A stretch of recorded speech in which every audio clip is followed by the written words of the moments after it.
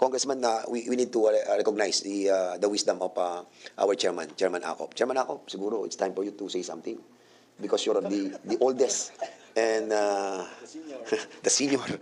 At alam na alam mo ang sentimiento ng ating mga kapulisan. I think and I believe that this committee must hear your manifestation. Thank you, Mr. Chair. Magandang hapon po sa atin lahat. The way I understand it is that the Honorable Busita, soon to be Senator, ay nag-object dun sa 57 years. Would that be correct? No, Mr. Chair. Ang gusto ko lang po, yung sentiments ng rank and file ay may consider. Kasi, Mr. Chair, nung nasa service pa ako, napag-usapan na po yan eh. And majority of them, hindi pabor dyan. And yesterday, Mr. Chair, when I received the notice, ang dami kong tinawagan, lahat po sila, hindi po mapabor. Ang motion ko lang, Mr. Chair, is to conduct survey under the supervision of NAPOLCOM so that yung interest, Mr. Chair, ng rank and file, ay may consider natin. Kasi po, ang interest ng, ang wisdom ng sponsor is to protect the moral and welfare of PNP personnel. Paano naman, Mr. Chair, kung contrary doon sa wisdom ng sponsor, yung magiging result nito. And ang tinitingnan po natin dyan, not only the personnel of the PNP, but their families, to include the BJMP and the BFP. Bakit po natin mas bibigyan ng weight yung, with respect to our colleagues and other personnel na pabor dito, dapat po, Mr. Chair, ay consider natin yung moral and welfare ng personnel, hindi yung interest ng iilan. Again, Mr. Chair, personally, hindi ako against dito. Ang gusto ko lang, Mr. Chair, na iparating sa Honorable Committee and the sponsor yung sentiments ng rank and file. So, Mr. Chair, kung after the survey, ang lumabas po is, majority is yes, so be it. No comment na po ako. Yun lamang po, Mr. Chair. Thank you. Thank you, Your Honor, Mr. Chair. May I ask NAPOLCOM, have you conducted a survey? For the NAPOLCOM, Mr. Chair, we have not conducted a survey. You have not? Yes, Mr. Chair. How about the Philippine National Police? Have you conducted a survey? For the Philippine National Police, Mr. Chair, we are starting to conduct a survey. Hindi pa natapos. But you must remember that the motion of the Honorable Busita is that the survey will be supervised by NAPOLCOM. We take note of that, Mr. Chair, so we will compare with NAPOLCOM on the type of survey that will be made, Mr. Chair. Now, doon sa reklamo ng mga underclass, may know the underlying logic behind their nonconformity with this provision to increase the retirement age of uniformed personnel of the Philippine National Police from 56 to 57. Ano kaya ang sentimiento ng mga junior officers? Mr. Chair, ang isa po sa sentimento nila, sinasabi nila na ang mga may gusto lamang po nito ay yung mga officers na sabihin nating ano ba tawag dito? Yung kasi merong, we cannot deny, Mr. Chair, there are officers na talagang sabi nga, pag nakalinya ka, maswerte ka. Pag simple ka, kahit nagtatrabaho ka ng maayos, second class ka. Isa po yan. Pangalawa, Mr. Chair, sabi nila, especially yung intelligence personnel, and personnel assigned in intelligence and operations and police station, Mr. Chair, hindi normal ang trabaho ng police, Mr. Chair. We all know that. So, unlike other personnel ng ibang agency, medyo relax, pero sa police, iba po yan eh. So, ibig sabihin, Mr. Chair, ang gusto nila, yung bang, kumbaga, Mr. Chair, satisfied na sila doon sa retirement age na 56 eh. Hindi na po sila interesado na mag-57 pa. At some of them, alam naman po natin, Mr. Chair, magre-retire na lang, madidisgrasya pa. So, marami pong sentiments. Ito po ay pinaparating ko lang on behalf of the rank and file personnel from the PNP, Mr. Chair. So, again, Mr. Chair, personally, hindi ako against dito. Gusto ko lang iparating yung boses ng rank and file personnel ng PNP. And dahil sinama na po yung BJNP and Bureau of File, so we should consider also those personnel from other bureaus, Mr. Chair. Kasi po, Mr. Chair, for the information of my senior officer, General Acop, sir, yung pong survey form na ginagamit nila, may details eh. may unit assignment. Alam po ni General ako, Mr. Chair, pag nag-no ko, baka madaming nag-no sa personnel ko, mamalasim pa ako. Talaga namang may minamala sa PNP. Sasabihin, hindi ka nagko-cooperate. You wait until you become. Rank has its own privilege. Sir, yes sir. Yung pong kultura na yon, nandiyan pa rin, Mr. Chair.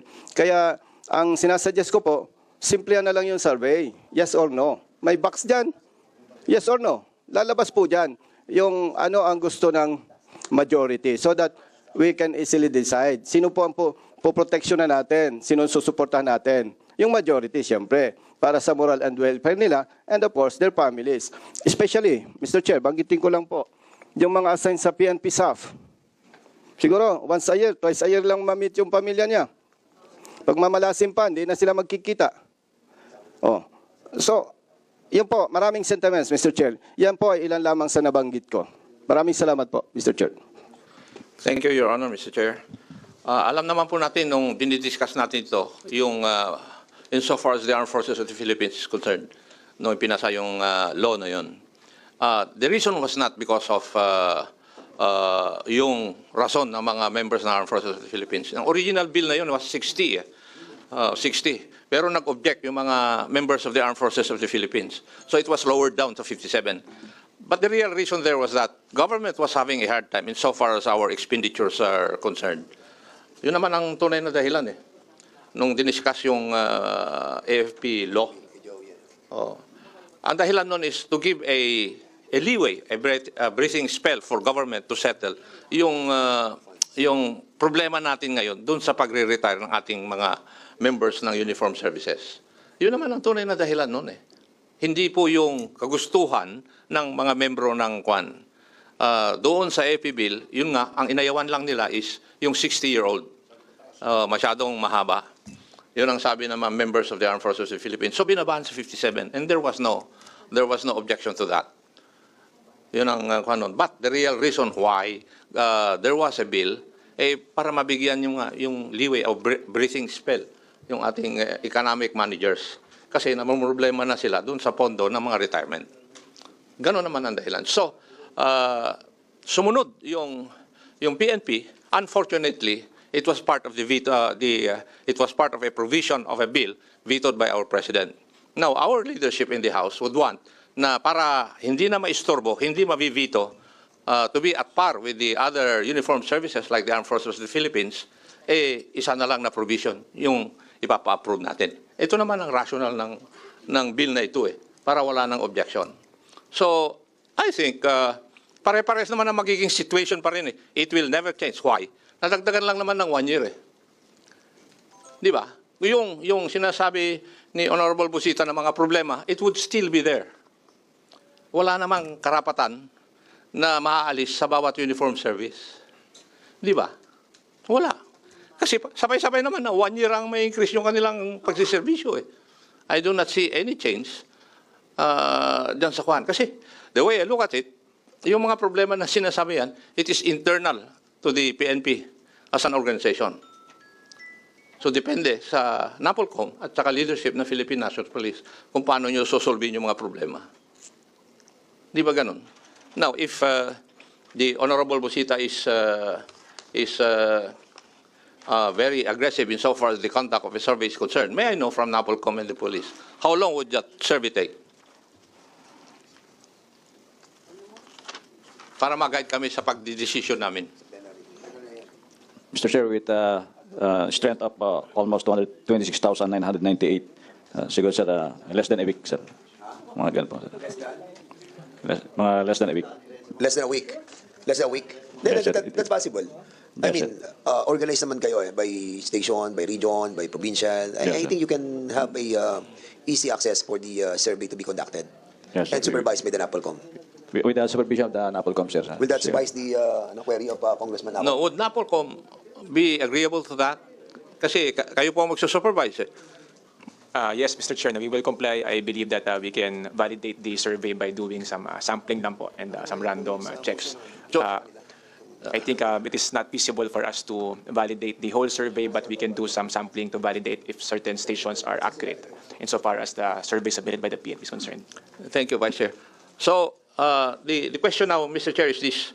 do we have time to pass the bill if we give 1 week to the NAPOLCOM and the PNP to conduct the survey? So we have like 9 session days? Still have 6 na lang. I don't think so. So that's the reason why we need to decide on the approval of the bill, no? Yeah. So today is Tuesday, tomorrow is Wednesday. Approve natin, punta pa to sa APRO, then most likely Wednesday plenary. So that's the status nung bill na to. And I'm not sure kung well, anyway, Mr. Chair, yes, Congressman. I don't think this will pass the Committee on Appropriation because there's no funding provision insofar as the bill is concerned. Yeah. So Yeah. it will not pass through the Committee on Appropriations. So if we can get the result by Tuesday next week, then we should have a hearing on Tuesday Yeah, correct. and approve maybe the bill. Yes. It favors the approval. The result favors the approval. 1 minute suspension.